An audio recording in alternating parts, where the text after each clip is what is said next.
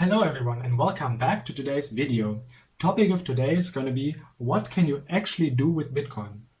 I'm promising that I'm not getting too technical, but for the start we have to look at some fundamentals as well. So what you see here on the left is Bitcoin's white paper published by Satoshi Nakamoto, the mysterious founder or creator of Bitcoin, published in late 2008. The Bitcoin network went online on the 3rd of January 2009.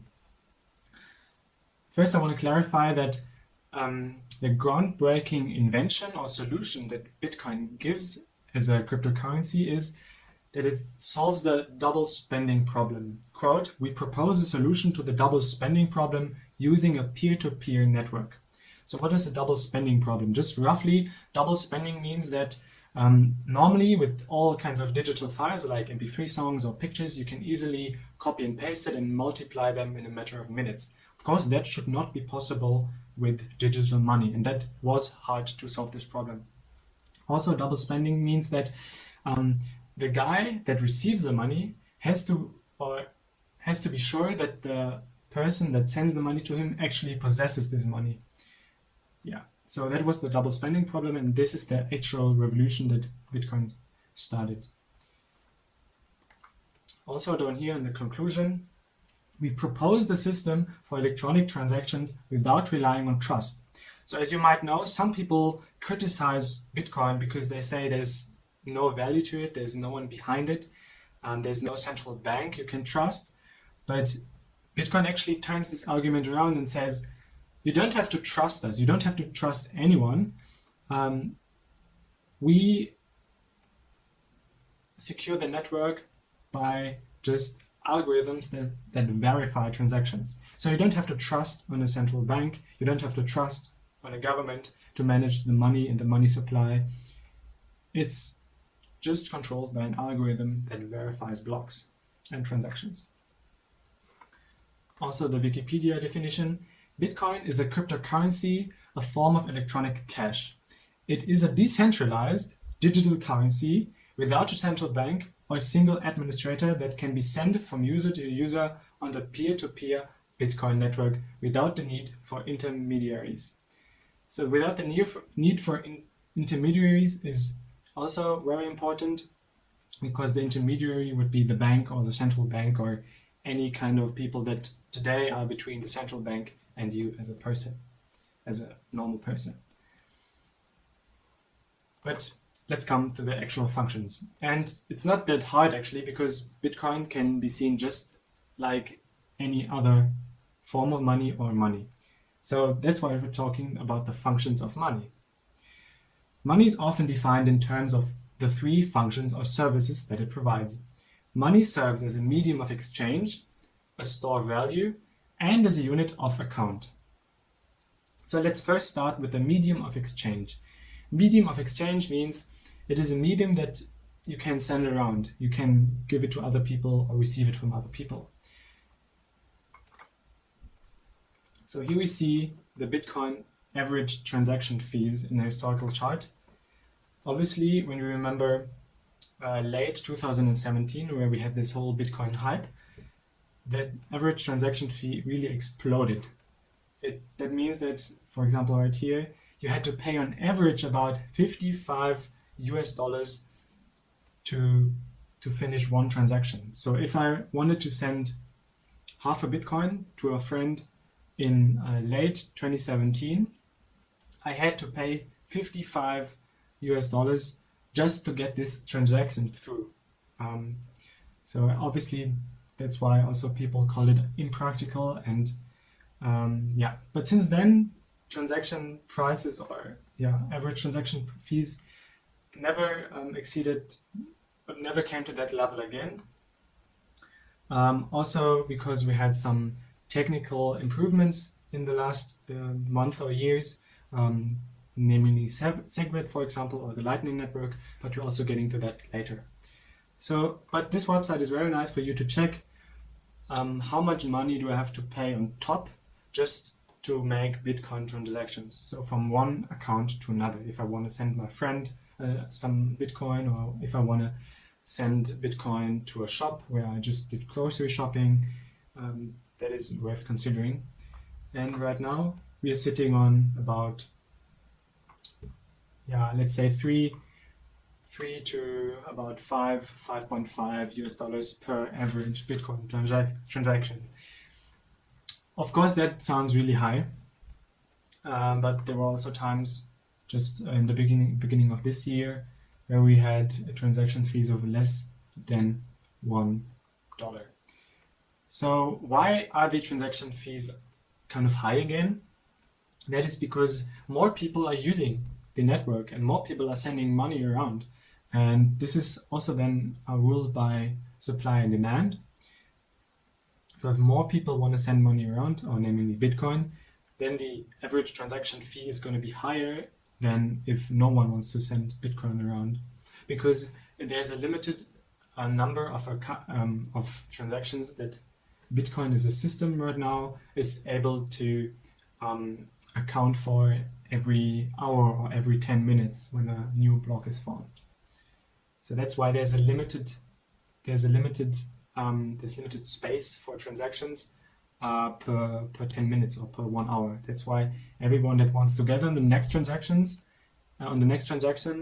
has to pay something, and the more people that want to get on the next transaction, the higher the price for the average transaction gets. So here I just gave you a screenshot of a Bitcoin wallet. This is an Electron wallet for your desktop. And here that's what it looks like. You can send money to a Bitcoin address. So here you would fill in or copy paste the Bitcoin address of your friend, for example. You could also include a description and then put down the amount of BTC you want to send him. Here you can adjust the fee.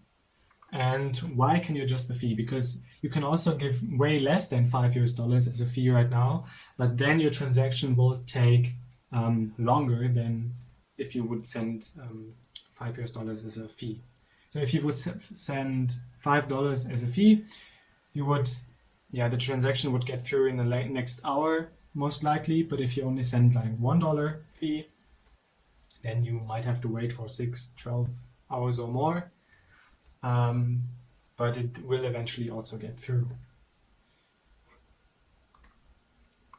So a new solution to the high fees and the limited network capacity of the mainnet of Bitcoin, the mainnet you can see here, the Bitcoin blockchain, is the Lightning Network, and it's a second layer solution to send Bitcoin around.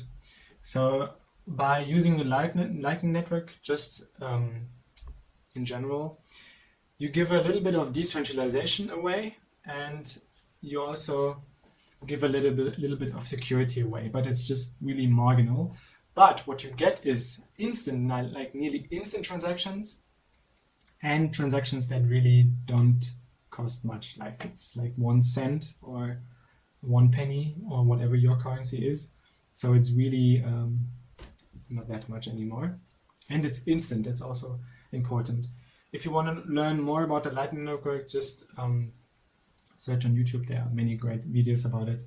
But we are still stuck with the medium of exchange, and you can really use, or actually Lightning Network to be precise, is still in the development phase. But you can still already use some beta versions, also on your phone, on the app. But it's growing, and we're also getting to that now. So here the Lightning Network. The Lightning Network is a micropayments protocol that enables instant low-cost Bitcoin transactions. Also don't scroll here.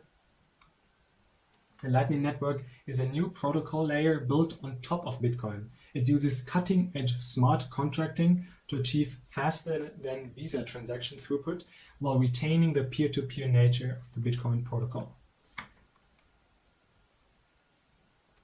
Yeah, and not only does the Lightning Network enable faster, cheaper Bitcoin payments, it opens up a world of microtransaction use cases that are not possible within the traditional financial system today. And here you can track the progress of the Lightning Network. As you can see here,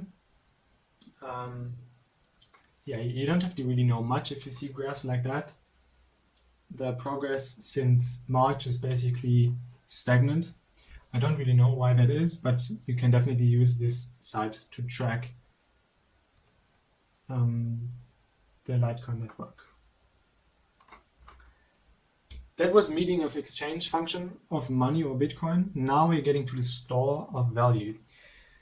When you have read something about Bitcoin lately or in the last years, you might have heard the phrase HODL or even just HODL it. So what does HODL stand for? HODL is slang in the cryptocurrency community for holding the cryptocurrency rather than selling it. It originated in a December 2013 post on the Bitcoin forum message board by an apparently inhabited user who posted with a typo in the subject, "I am hodling," instead of "I am holding." And so that's how it became a thing. And some people might even say that HODL stands for hold on dear life. So holding is like, HODL is basically like buy and hold in the traditional financial world. So store value, that doesn't really sound like much. It sounds boring, but over time it can get really, really important and even life-changing. Store value means that if you save up money today, what can you buy with it 30, 50 years down the road when you retire, when you want to buy a house or something like that. So here I opened up an inflation calculator for the US dollar, which are we going to take for example. And that tells you that $100 in 1980, so that's 39 years ago, about 40 years ago, until today, 2019, the average inflation rate of the US dollar was close to 3% per year. So what does this now mean now? That means that the actual value of $100 in 1980 was obviously $100. But if you would have had $100 in 1980 and bought something with these $100, let's say a table or a bed, today you would need more than $300 to buy the exact same table or bed today. So that means every single dollar or every $100 bill got worth less in the last approximately 40 years.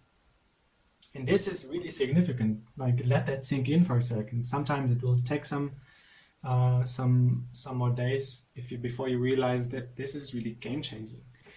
Because if you saved $100 in 1980, and obviously you would suspect to have more today, and that can also be the case depending on your banking strategy, but you basically would only have a buying power of about $33 left after 40 years. And for things like retirement and saving up for buying a house, that can be really devastating, because the buying power with the US dollar is not really preserved, because you have this high average inflation rate per year, and it can even lead to that in 50 years you halve the buying power of your savings. So, for example, today you can buy.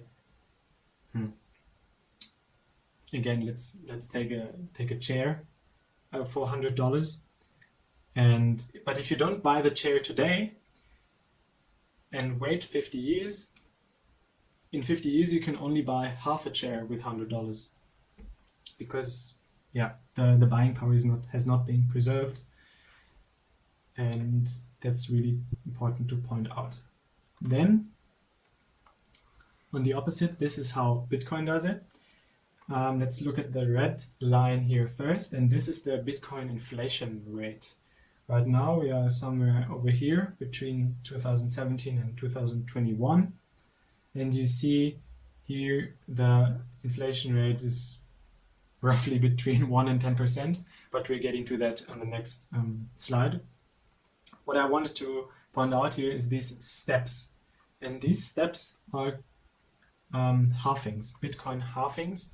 That means that right now, as you might have heard, there are still Bitcoins being mined. So every 10 minutes, a new block is formed, or a new riddle is solved, and the one who solves it basically gets, like, I think it's 12 Bitcoins right now, and that's why you still have an inflation of Bitcoin currently.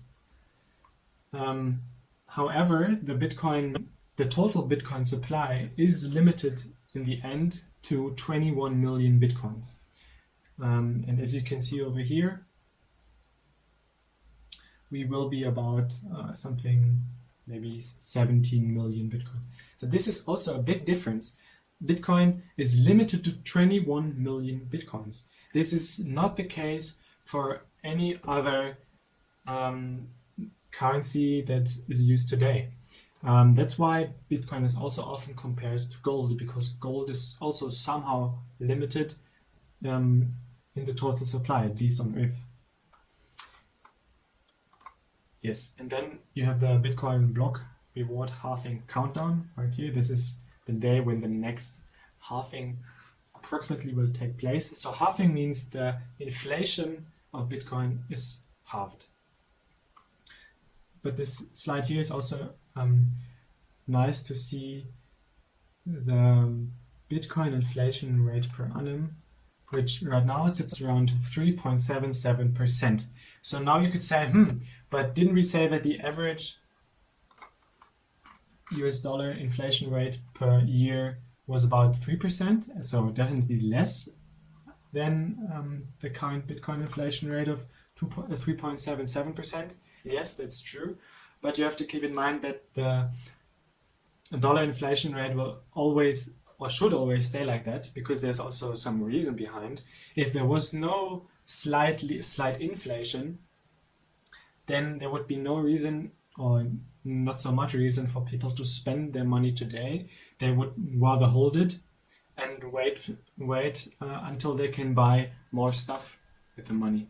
So if the buying power would increase over time, then less people would spend their money today, and that obviously would be devastating for all economies. And that's the reason for why, generally speaking, inflation is wanted by the central banks. Okay. So that was store value. Now we're getting to Bitcoin as a unit of account.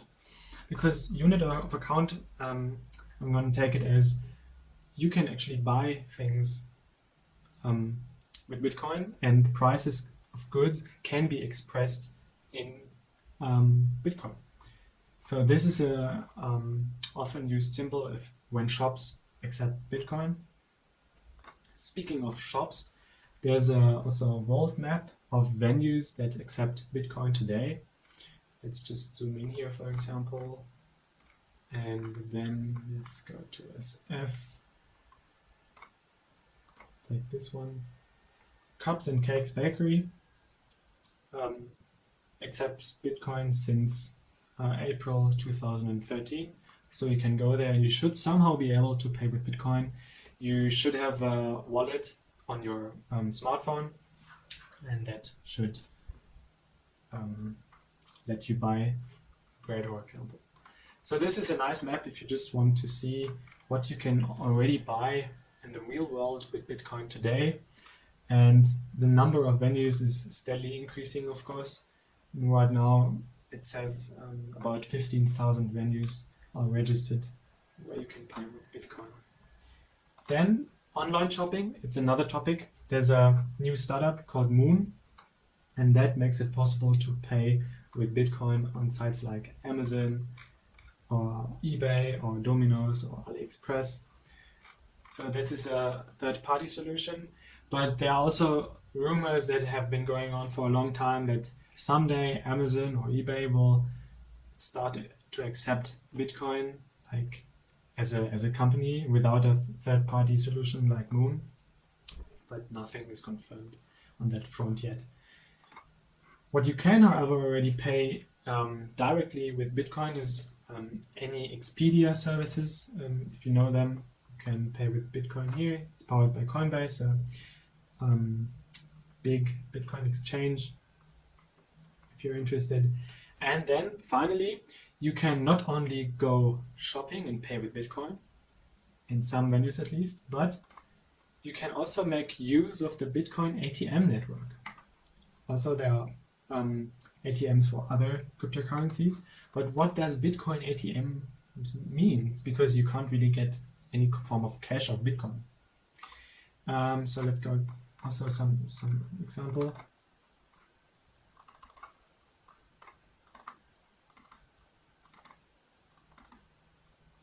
Let's find this one.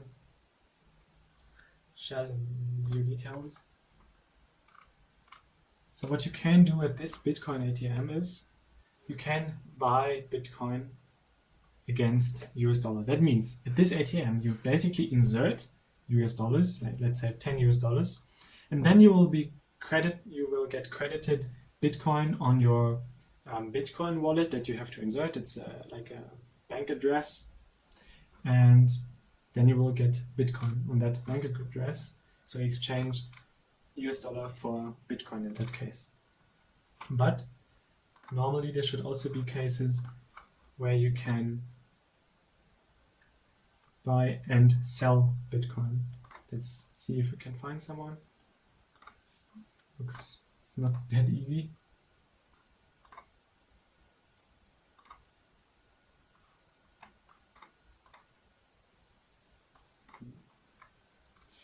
So, but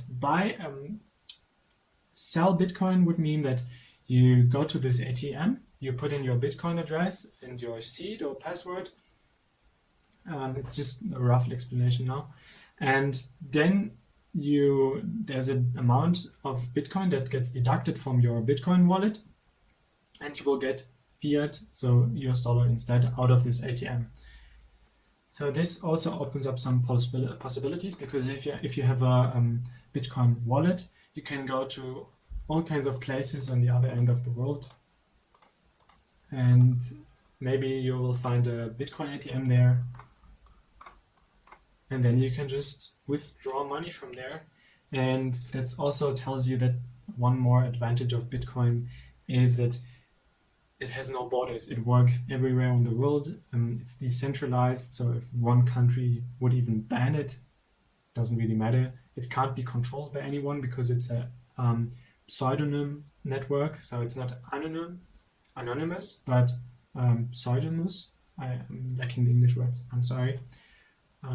But for example, there is famous cases in countries like Venezuela where they have a really high inflation. Sometimes it's like 50% in a week. And then people wanted to flee from Venezuela, but on the airports, the border control didn't let them take money with them. So obviously that makes it hard if you want to start a new life somewhere and you can't take any money with you. But with Bitcoin, you wouldn't have this problem. You could just deposit all money or worth you have into Bitcoin, then go to the USA and withdraw some Bitcoin from an ATM. Yes, those were the main functions of Bitcoin, and similarly the main functions of money in general. I hope you got the differences between fiat money or the US dollar, for example, and Bitcoin. And maybe you also found out that Bitcoin is not that different. It's just money, but you don't have to rely on a central bank. You don't have to trust anyone. You let the algorithm do its thing, and the algorithm verifies the transactions, and there can be no corrupt central bank or government that just floods your economy with money. Yeah, I hope you learned something from it. If you enjoyed this video, give me a like down there, or give me a comment if you have any questions. Have a good weekend. Bye bye.